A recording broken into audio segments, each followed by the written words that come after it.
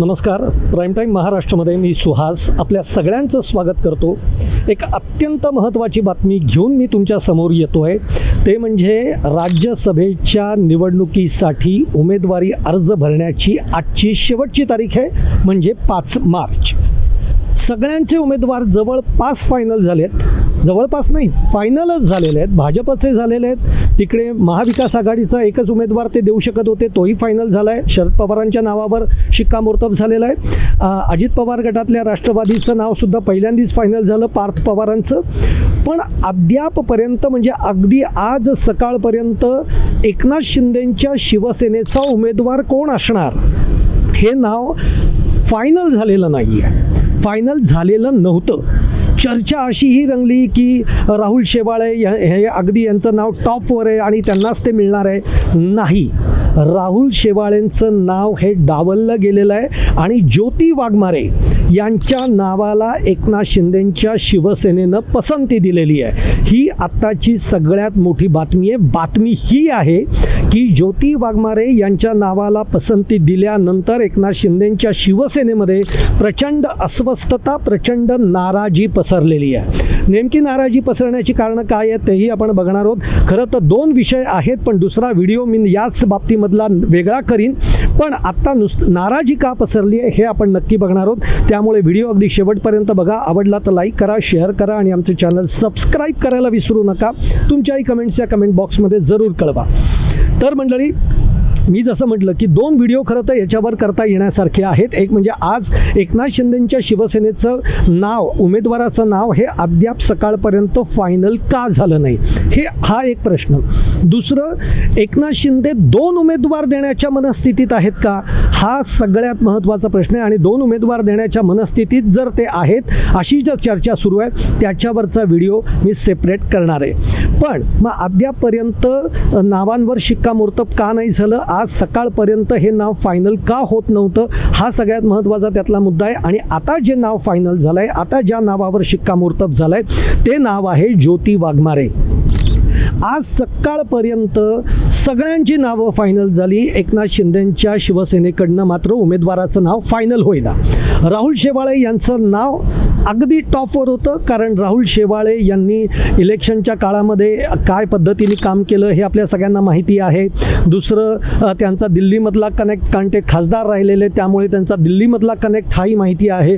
त्यामुळे राहुल शेवाळेच हे, किंवा जेव्हा पक्ष फोडून एकनाथ शिंदे हे जेव्हा त्यांनी वेगळा पक्ष आपला निर्माण केला, शिवसेना, त्यांना नाव मिळालं, चिन्ह मिळालं, या पहिल्यापासूनच्या सुरुवातीपासूनच्या काळामध्ये राहुल शेवाळे हे त्यांच्याबरोबर होते आणि एकूण विस्ताराच्या दृष्टीनं सुद्धा राहुल शेवाळेंनी खूप मदत केली होती, अशी चर्चा रंगली.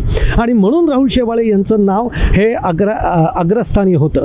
पण आता अशी माहिती मिळते की ज्योती वाघमारे या सोलापूरच्या आहेत, या दलित समाजाचं प्रतिनिधित्व करणाऱ्या आहेत आणि त्यांच्या नावावर शिक्कामोर्तब झाल्याचं आपल्याला बघायला मिळत आहे. आता एकदम हे का घडलं असावं, ज्योती वाघमारे यांच्या नावावर का शिक्कामोर्तब झालं असावं, हे देखील बघणं फार इंटरेस्टिंग आहे. जसं मी म्हटलं की राहुल शेवाळे पक्षासाठी किंवा त्यांनी ज्या पद्धतीने इलेक्शनमध्ये काही काम केलेलं आहे त्यासाठी त्यांचं नाव हे फायनल जवळपास होतं. मग एकदम राहुल शेवाळेसारखं नाव डावलून ज्योती वाघमारेंना का पसंती दिली? बरं, ज्योती वाघमारेंना पसंती दिल्यानंतर हा प्रश्न येतो की ज्योती वाघमारेंनी आत्तापर्यंत एकनाथ शिंदेंच्या शिवसेनेमध्ये त्यांचं कॉन्ट्रीब्युशन किती आहे, ते कसं आहे, म्हणजे त्या नावाला एवढं वेटेज का आलेलं आहे. त्यातला सगळ्यात महत्त्वाचा मुद्दा आहे तो म्हणजे त्या दलित समाजातनं येत आहेत, त्या दलित समाजाचं प्रतिनिधित्व करत आहेत. एक लक्षात घ्या, कुठल्याही निवडणुकीमध्ये आपल्याला जातीपातीचं समीकरण हे मांडावं लागतं. आत्ता देखील तुम्ही भाजपची देखील जर का तुम्ही लिस्ट बघितली तर प्रत्येक समाजाला एक प्राधान्य देण्याचा प्रयत्न भाजपच्या लिस्टमधनं करताना आपल्याला बघायला मिळतोय. ते म्हणजे धनगर समाजाचं प्रतिनिधित्व करण्यासाठी एक चेहरा भाजपने दिलेला आहे, त्याचप्रमाणे आदिवासी समाजाचं प्रतिनिधित्व करण्यासाठी एक चेहरा भाजपने दिलेला आहे, मराठा समाजाचं प्रतिनिधित्व करणारा एक चेहरा भाजपने दिलेला आहे.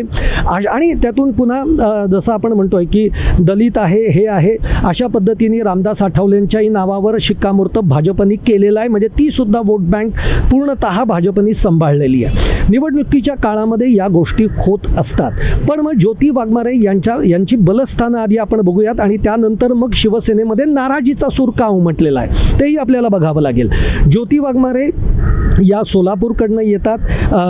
त्यांचे मिस्टर जे आहेत ते पत्रकार राहिलेले आहेत आणि आत्ताच्या या सगळ्या शिवसेनेच्या वाटचालीमध्ये ज्योती वाघमारे हे देखील एकनाथ शिंदेंच्या बरोबर सातत्याने राहिलेले आहेत. त्या एक उत्तम प्रवक्त्या आहेत, त्या उत्तम स्पीकर आहेत. मराठी, हिंदी, इंग्रजी याच्यावर त्यांचं प्रभुत्व आहे असंही म्हणायला हरकत नाही. पण मुद्दा येतो की जेव्हा म्हणून संघटनेचं किंवा पक्षाचं जेव्हा काही काम आंदोलनं वगैरे येतात याच्यामध्ये हा चेहरा कधी अग्रेसर राहिलेला आहे का, तर तसं आपल्याला कधीही बघायला मिळालेलं नाही. ज्योती वाघमारे हे त्या दृष्टीनं कधी नाव पटलावर आलेलं नाही किंवा ते लोकांच्या समोर आलेलं नाही आहे आणि त्यामुळेच एकनाथ शिंदेंच्या शिवसेनेमध्ये हीच नाराजी आहे. नाराजी त्यांचं नाव नापसंत आहे म्हणून नाही किंवा त्यांचं कॉन्ट्रीब्युशन किती राहिलेलं आहे वगैरे हाही एक वेगळा मुद्दा आहे. पण जी नाराजी आहे की ज्योती वाघमारेंना एवढ्या लवकर संधी जी मिळती आहे, एवढ्या लवकर संधी देण्यामागचं कारण काय आहे? एकनाथ शिंदेंनी असं का केलं? म्हणजे राहुल शेवाळेंचं नाव डावललेलं आहे. त्यानंतर आज म्हात्रे देखील ज्या आहेत त्या देखील शिवसेनेतल्या म्हात्रे देखील नाराज झालेले आहेत. मी नावं घेऊनच सांगतोय का नाराजी आहे या सगळ्यामध्ये.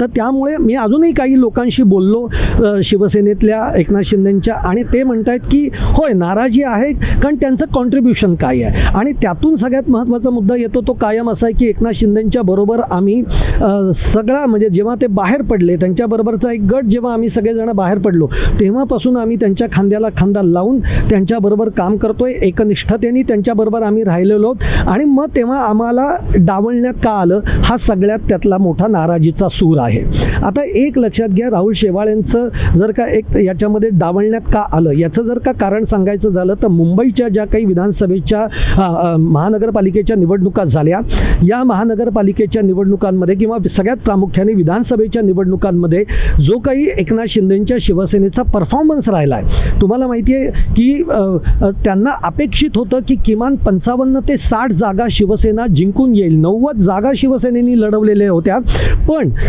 जिंकल्या किती तर हार्डली माझ्या मते 26 का 29 जागा या एकनाथ शिंदेंच्या शिवसेना जिंकून आल्या आणि त्याच्यावर एकनाथ शिंदे हे प्रचंड नाराज झाले की मुंबईसारख्या ठिकाणावरनं इतक्या कमी संख्येनं आपले उमेदवार का निवडून आले. आणि या सगळ्यामध्ये म्हात्रे असतील किंवा राहुल शेवाळे असतील आम्हाला मुंबई कशी समजते हे जे दाखवण्याचा त्यांचा एक अट्टाहास होता आणि त्यातनं जे काही त्यांचं जे एक प्लॅनिंग बिघडत गेलं आणि त्यातून जो रिझल्ट विधानसभेच्या या सगळ्या निवडणुकीच्या निकालामध्ये समोर आला आणि त्यामुळेच कुठेतरी एकनाथ शिंदे हे त्या निकालावर नाराज राहिले. शेवटी असं असतं की तुम्हाला कुठे ना कुठेतरी त्या गोष्टींची किंमत ही मोजावी लागत असते आणि बहुधा तीच किंमत बाकी राहुल शेवाळेंच्या बाबतीमध्ये सगळ्या गोष्टी जरी उजव्या असल्या तरी काही गोष्टी या ते पक्ष नेतृत्व डोक्यामध्ये ठेवून त्या गोष्टी करत असतात आणि पुन्हा त्याला मी जसं म्हणलं एक जातीय समीकरणांची देखील एक जोड ही त्यामध्ये दिली जाते.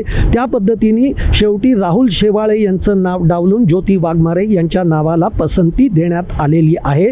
पण ज्योती वाघमारे यांच्या नावाला शिक्कामोर्तब झाल्यानंतर एकनाथ शिंदेंच्या शिवसेनेमध्ये नाराजीचा प्रचंड सूर उमटल्याचं देखील आपल्याला बघायला मिळतंय.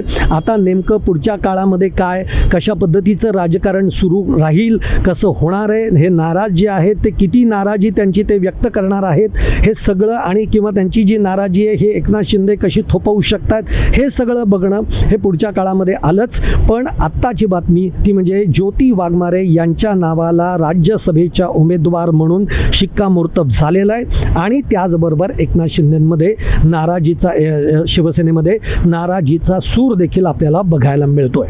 तुम्हाला माझा हा व्हिडिओ आवडला असेल तर लाईक करा, शेअर करा, आमचं चॅनल सबस्क्राईब करा आणि तुमच्या देखील कमेंट या कमेंट बॉक्समध्ये जरूर टाका.